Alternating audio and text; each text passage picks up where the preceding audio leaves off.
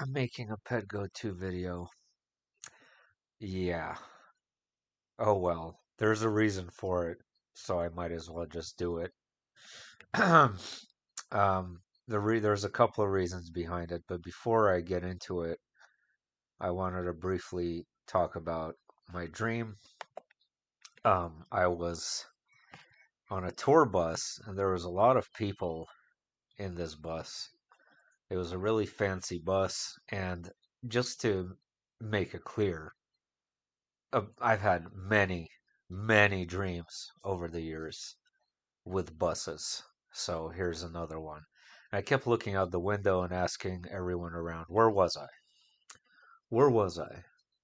And then someone said, you're in Albuquerque.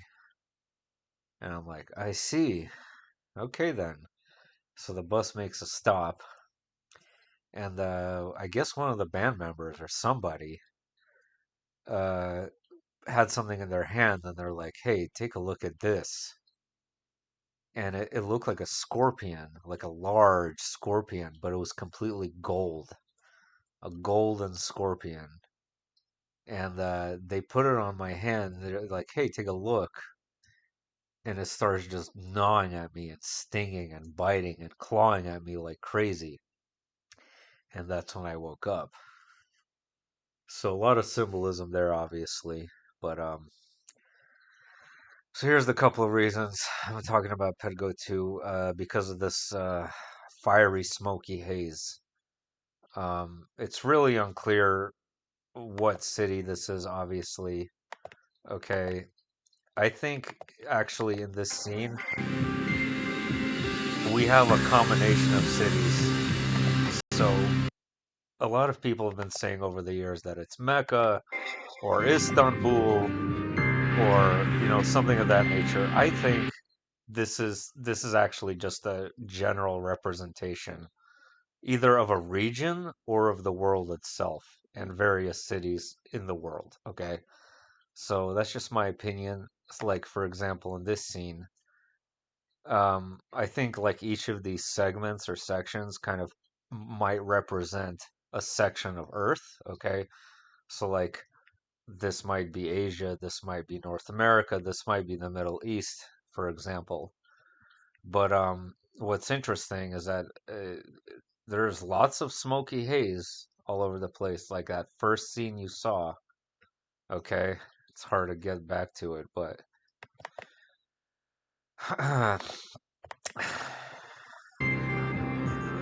and what do we know about the smoky haze lately?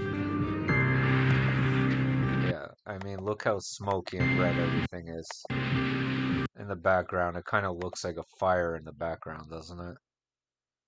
And I never noticed this before. I don't know what this means, but this bright yellow color. Anybody have any ideas? That would be fantastic if you could get back to me. And all of these lights, all of these dots all over the place, that's all Morse code that everyone seems to be too lazy to decipher, but it's really obvious as to what it is. But regarding the smoky haze, take a look at this article. Look at what this says right here.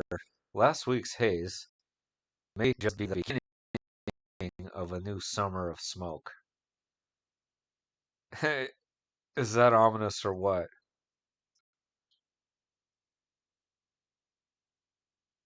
Just because the smoke has mostly cleared doesn't mean those apocalyptic scenes won't be back in the summer. So what does that imply? That implies that they're planning for it to come back. They're planning on it for it to come back, guys. That's what it is. I mean, look at that. Fort Nelson, British Columbia. British Columbia? That's the opposite end of Canada, though. What the hell? Okay. Anyway, so that's interesting. What does this bright yellow color mean? I don't know. Okay. Another thing I wanted to point out was that regardless of what year this happens, we talked about April 2024. I am done with that. 2024 as a year, possibly, yes. I don't know what year, okay? I don't know what year. Like, for the love of God, it could be 2050s. I mean, I don't think it'll be that long, but it could be. Literally could be that long. Very, very possible. Like all those near-death experiencers who said that that's when World War III is in the 2050s. I've listened to about a dozen NDEs who all said the same thing. But whichever year, I do believe it'll be in July. I do believe it'll be in July because, first of all, this is a buck. This is a buck. July's full moon is a buck moon. And this says a lot right here. You see how the buck is springing forward. To me, that implies like a sort of revitalization or revigor, like re. I can't say the word. Revigorated buck with these fully formed antlers. The fully formed antlers being July is when you'll be able to see what kind of headgear bucks will be sporting. Antler growth can explode at this time of year, with growth potentially being as substantial as an inch a day. June is really all about frame. Then July, you'll see the length. I'm just saying, I don't think it's an accident that they're showing these antlers.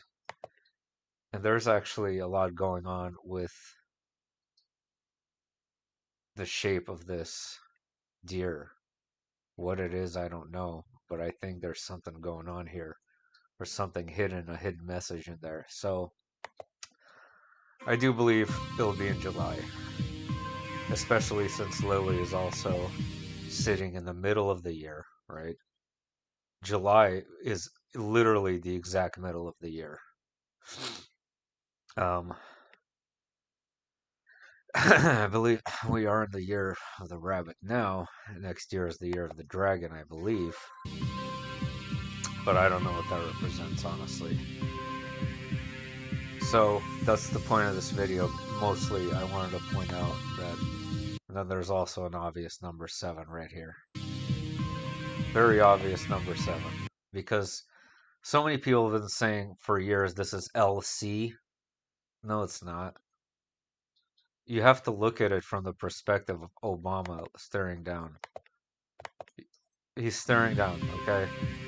From his perspective, from his angle, he's looking at a 7. It's not a C from his angle. Just look at where he's standing. And that's not a C. The white is not a C. That's a moon. So the 7 is a number, and this white marker is a moon. Okay? And that's probably July, you know, July being the birth flower, being the lotus for July. July full moon birth flower, basically. That's what this is. One more thing I found interesting and I think is way overlooked way too often is so much going on with the egghead. There's so much going on with Mr. Egghead here. Mr. Egghead represents hypnosis. His brain is controlled by the serpent. Okay, his mind is controlled by the serpent. Like in this scene, he has no control over himself. Okay, so the serpent, or the reptilian, or whatever this is, he is generating the reality for Egghead. And this he represents mankind, the human race. And inside his brain is the serpent who is generating his reality. Okay, and it cracks open, which is interesting. So that might represent it revealing itself, or it exiting the avatar, or it exiting the mind space. It could also mean that it's just fully revealing itself to the open, to the public as well. But you see, he's not himself. They're generating his reality for him. He's not generating reality. He has no creation. He's not creating anything. This in his head is creating the world around him. He has no power. He gave up all his power to the serpent. And that's why it's interesting to get to the last scene, because what happens in the end, something really important, is that the serpent is kicked out. Okay? He leaves. And what happens to him? He gets illuminated. He's enlightened now. So this is an enlightened man. The illuminated capstone now fills his eyes and fills his brain. And he's no longer controlled by the serpent. Now, a new deity will be in his mind. And who's the new deity that will be in his mind? You'll see him right now. This is the new deity.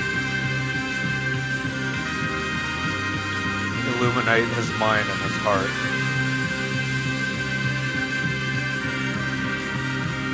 That's who will take over Egghead's mind. Horus.